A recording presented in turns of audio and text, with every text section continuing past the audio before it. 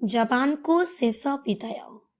नुआपड़ा जिला सुनापड़ा अभयारण्य ढेकुनपाणी CRPF 216 battalion क्याम्प्रे कार्यरत जड़े जवान निज सर्विस बंधुक गुली करी गतकाली आत्महत्या करथिले।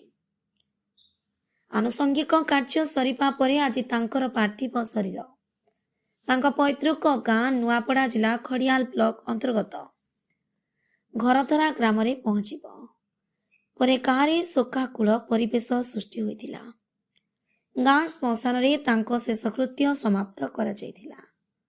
खड़ियाल ब्लॉक अंतर्गत घरधरा ग्रामर गोपीनाथ सफर नामक जवान सीआरपीएफ क्याम्प्रे कार्य करथिले। काली से निज सर्विस बंधुकरू गुली चलाई आत्महत्या करथिले। तांकर वृद्ध बापा माँ बोऊ सह गोटे झील गोटे पुओ अछंती।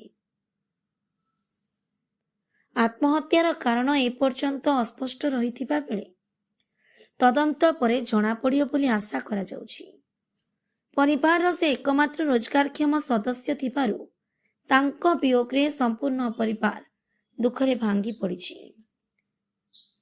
2 वर्ष तले तांकर भाई मृत्युवरण करथिले। एबे से आत्महत्या करिसंती। एही परिवार को संपूर्ण सहयोग करिबा पई ग्रामवासी दाबी करिसंती। नुआपड़ा जिला खरियाटू Munna Panigrahi report Nuapada mirror news.